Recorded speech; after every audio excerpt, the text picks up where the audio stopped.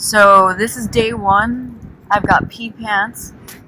I was freezing for 10 hours straight and I was hungry and cranky. So that's my confessional. Sorry, Chad.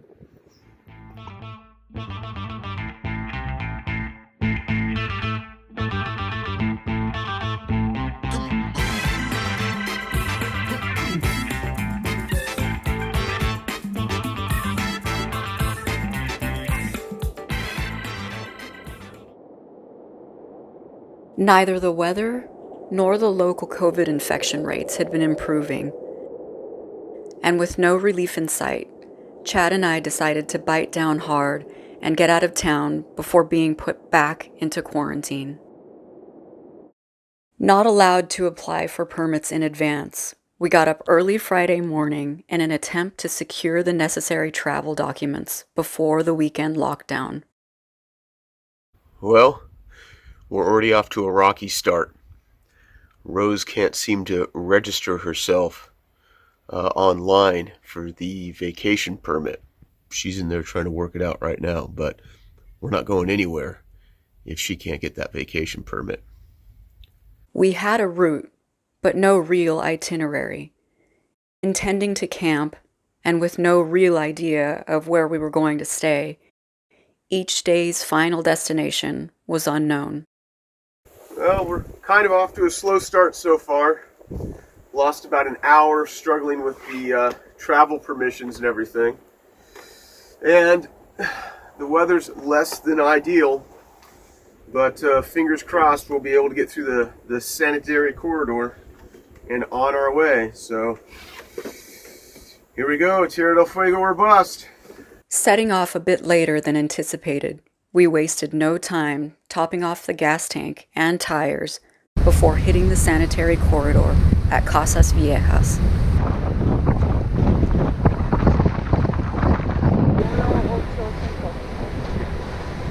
Ya, listo? Muchas gracias. This would be the first time either one of us would leave the province of La Última Esperanza in almost a year. With that first major hurdle out of the way, we were off the tarmac and onto the dirt, less than an hour after departing.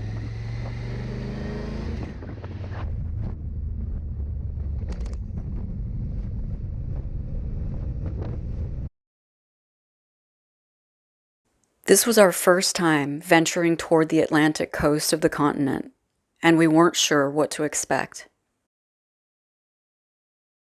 The general idea was to head towards Parque Nacional Pali Aike, and while camping is not permitted within the park, we hoped to find somewhere close to camp. But as we continued, we began to realize how desolate, barren, and hostile this environment really is.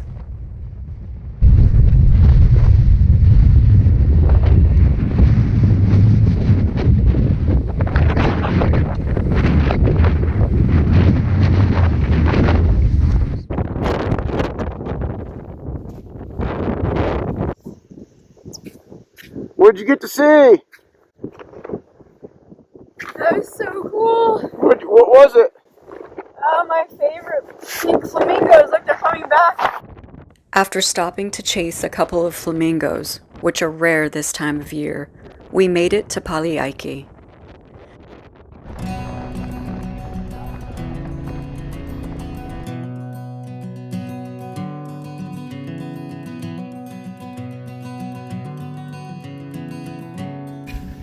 The administration building was abandoned and locked down tight. However, the gate was open, so we proceeded to hike to an ancient, collapsed, volcanic caldera that was once home to Paleo Indians, the earliest inhabitants in all of the Americas. Prehistoric stone tools dating back to over 11,000 years ago and cremated human remains were discovered in this cave in the 1930s. Pali Aike is a Tehuelche name that roughly translates to desolate place. We could not agree more. Despite the gate having been open, the park was clearly closed, so Chad and I decided not to press our luck and continue to our next destination, Punta Dungeness, a remote lighthouse at the southeasternmost tip of the South American continent.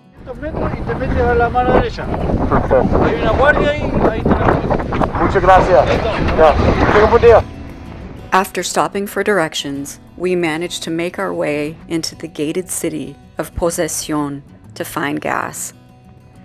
This city, or work camp, exists solely to house employees of ENAP, the state-owned National Petroleum Company.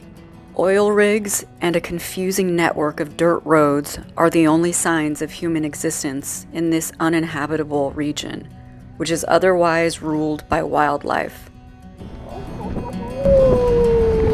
Hi, Mama Penguin. How are you? You're a cutie.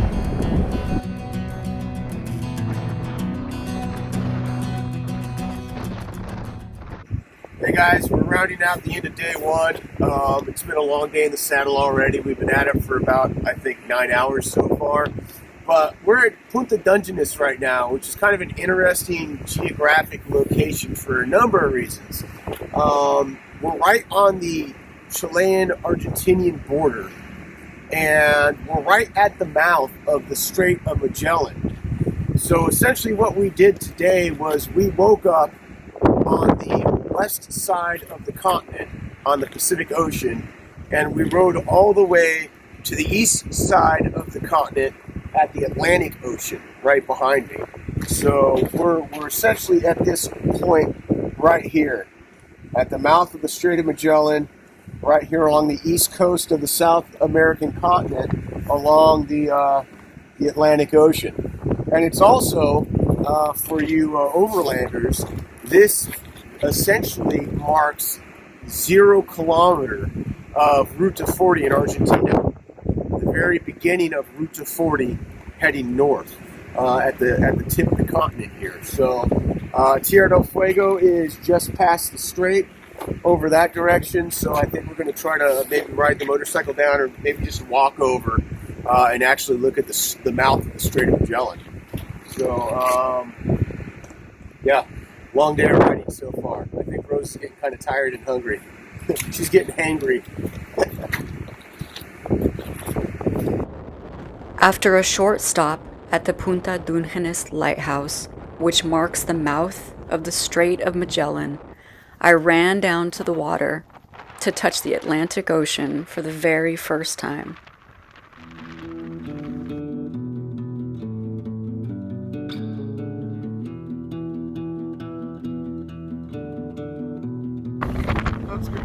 Unfortunately, we returned to find that the wind had claimed a victim.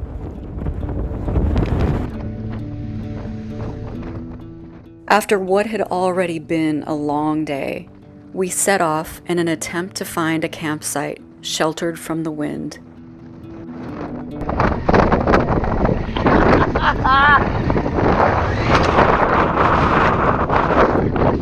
1, 2, 3. Up in sand.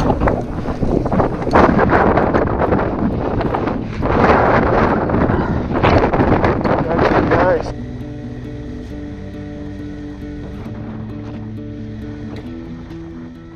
Luckily, just off the shores of the Strait of Magellan, we found the perfect spot.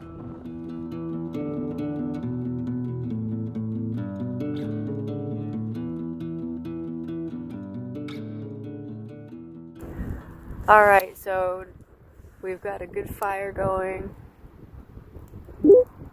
Chad's putting music on. And I'm in a much better mood. So, part of what happened earlier was, as we all know, the winds just are awful here. And I had to pee. And so I squatted down to pee, and the wind took all my pee and it went all over my pants. So this is day one. I've got pee pants. I was freezing for 10 hours straight and I was hungry and cranky. So that's my confessional. Sorry, Chad. Never pee into the wind. But you can't help but pee into the wind here. It's all over. It does. It comes from all directions, doesn't it?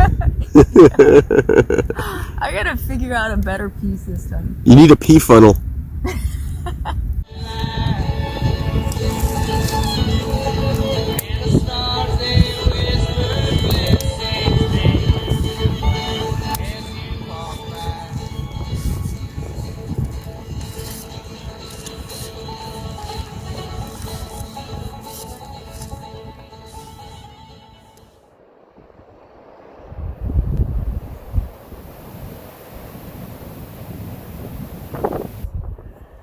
Good morning.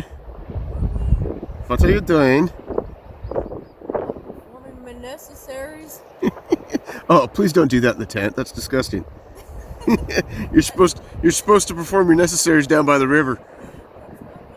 All right, well, that's what you said. We were up bright and early the next morning in our attempt to make it to Punta Delgada to catch the ferry to Tierra del Fuego before our health affidavits expired. After navigating the minefields, remnants of the Pinochet-era conflicts with Argentina, Bolivia, and Peru in the 70s, we lined up for the ferry. That white car right there, behind the bus.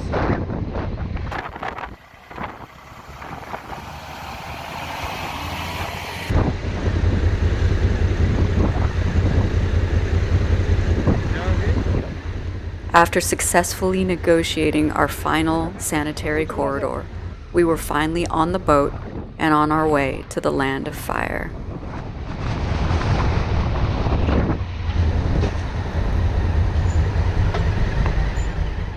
This is the primary port of entry for both Chilean and Argentinian commerce on the island, and a busy one at that, with ferries departing every 30 minutes, weather permitting.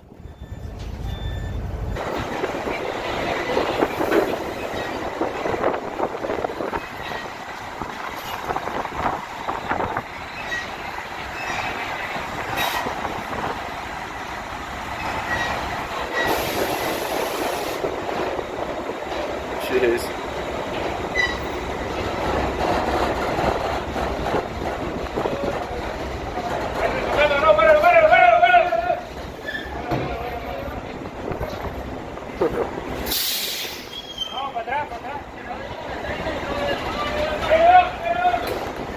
After a short ride across the narrowest point between the island and the continent, and after over 16 years of traveling to Patagonia, Chad finally made it to the southernmost tip of South America. Go!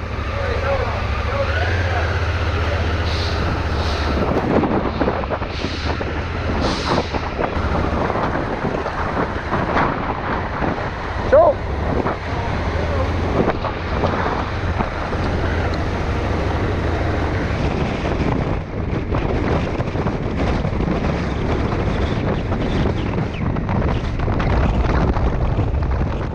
The northern half of the island is a sweeping, empty landscape, punctuated by abandoned military facilities, remote estancias, oil rigs, and ghost towns. Our first destination was Puerto Percy, another community built to house oil field workers and their families before the wells dried up in the early 2000s, whereafter it was promptly abandoned. There's something especially eerie about modern-day ghost towns, reminiscent of some Chernobyl-esque disaster or zombie apocalypse.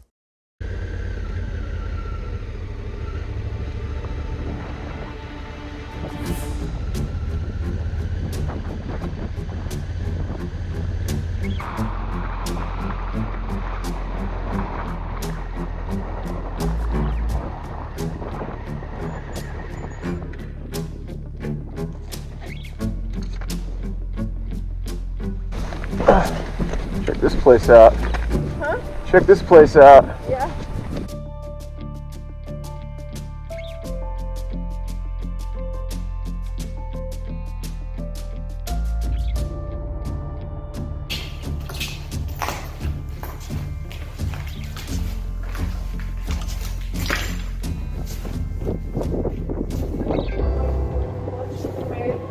Well, the old school, the lunchroom. I wonder if they had a lunch lady Doris.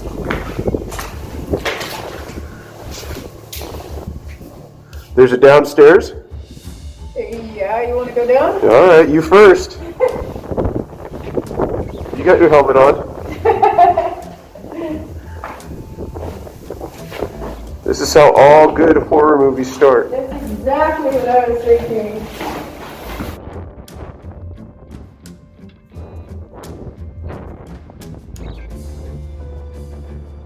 After narrowly avoiding starring in our very own horror movie, we nixed the idea of pitching our tent in the middle of the basketball court. After leaving a scathing Yelp review for the world's worst gas station, we had a decision to make. It was Saturday, and Porvenir, the largest city on the Chilean Tierra del Fuego, was under quarantine until 5 a.m. Monday morning.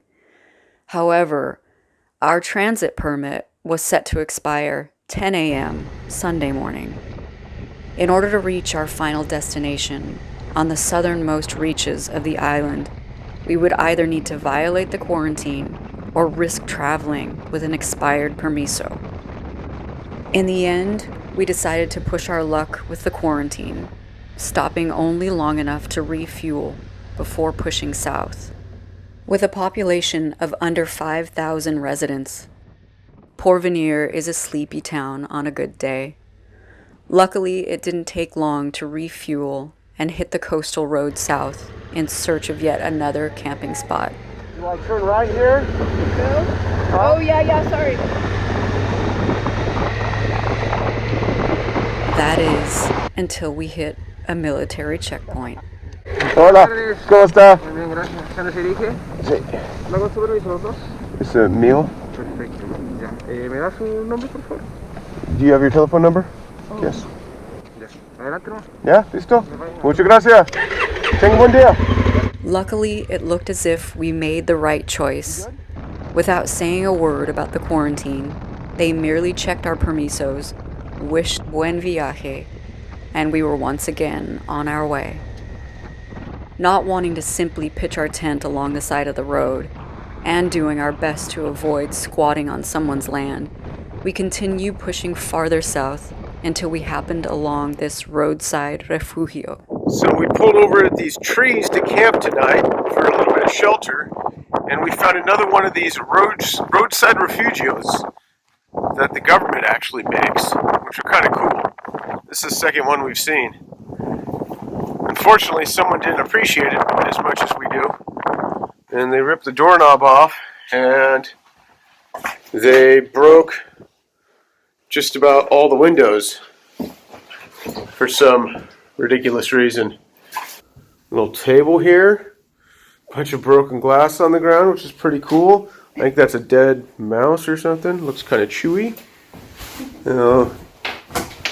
Yeah, I think we'll do it. I think we'll call the roadside refugio home for the night. Yeah, I've never done this before, so You always say that. we'll give it a try. What about that bag of trash? We should do some of that too. You know what the real irony is? We're probably the dirtiest things in this place. Oh, actually, I peed on my pants, that's right. Yeah, that's right. You're covered in pee. We're both covered in dirt.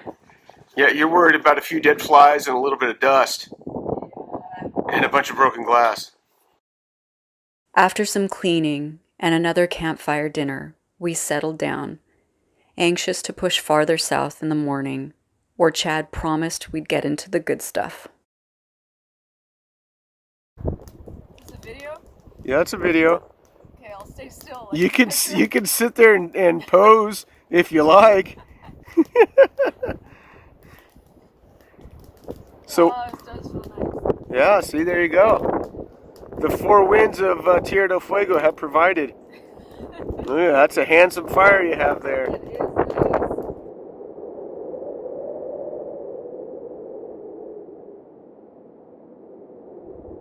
We took the opportunity to sleep in and enjoy the shelter our little refugio provided from the wind. The night had been incredibly windy, and if not for this sturdy little shelter, I doubt either one of us would have gotten much sleep.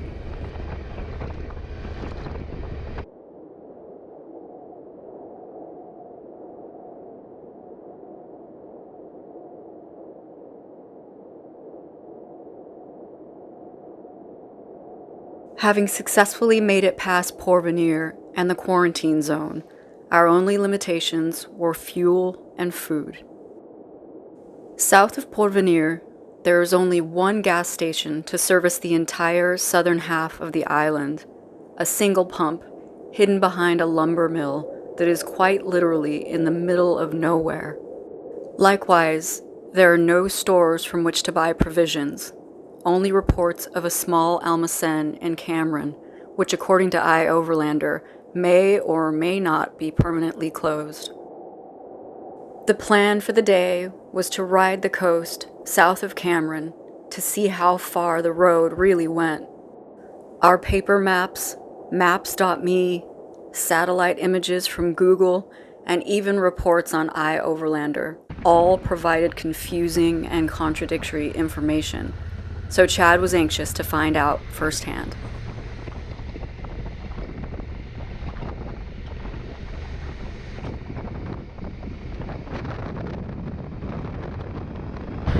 And the road I'm looking at has us going along the coast, so I say we go this way. After stopping in Cameron and failing to locate the mystery store, we struck up a conversation with a local who was kind enough to allow us to fill our water bottles from his tap. He advised that there would be 2 river crossings. The first, only passable at low tide, along the very edge of the shoreline, and the second, impassable on the motorcycle. Chad was initially dismissive, but it turns out Joaquin had a decent frame of reference. 2 years prior, he had ridden a BMW 800 GS from his home here in Cameron all the way to Dead Horse, Alaska. You meet the nicest people in the most improbable places. The scenery south of Cameron is reminiscent of the central coast of California. Grasslands skirting a rocky coastline, accentuated by forests clinging precariously to cliffs above the waves. And the riding didn't suck either.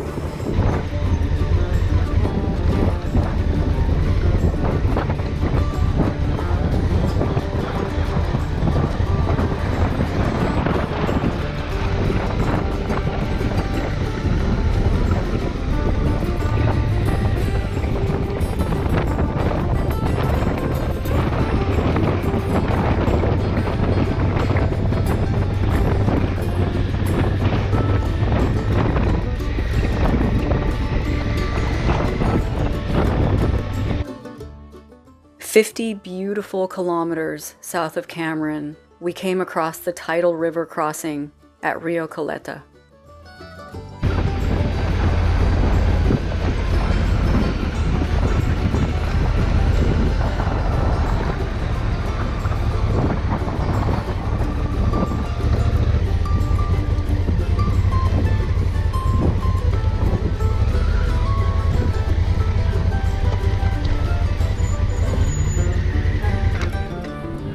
Don't you hop off then, so the bike doesn't fall over? And could you put a rock under the kickstand?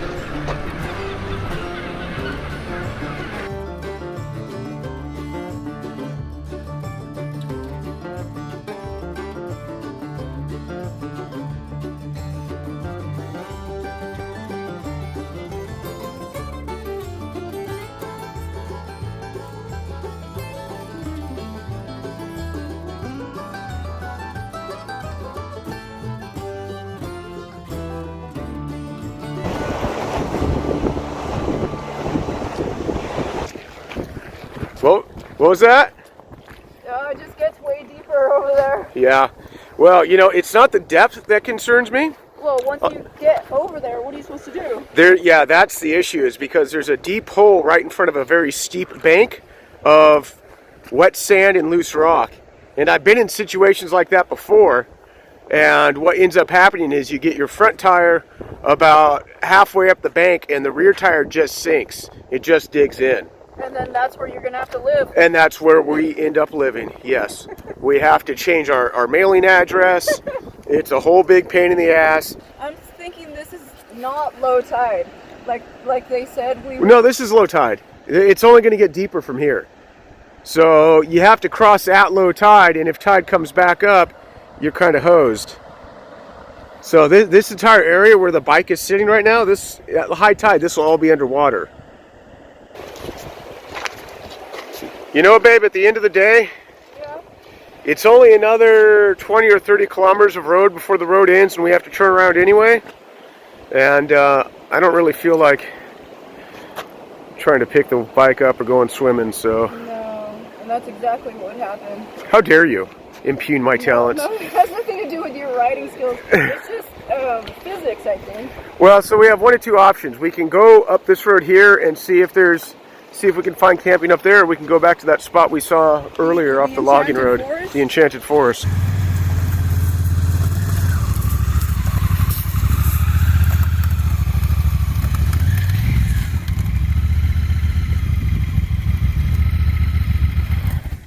After an impressive display of Chad's impugnable riding skills, we jointly agreed that retreat might be the best option.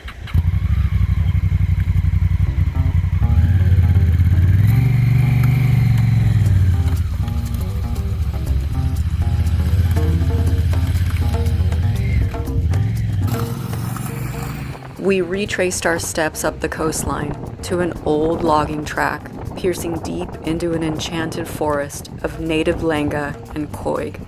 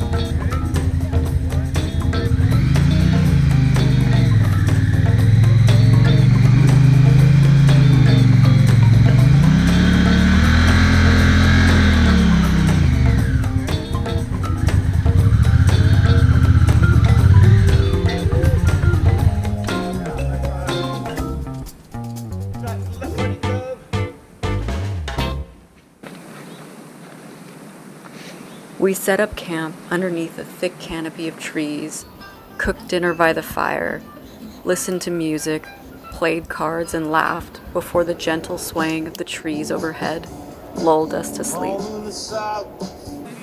Chad made good on his promise. We were definitely getting into the good stuff, with much more yet to come.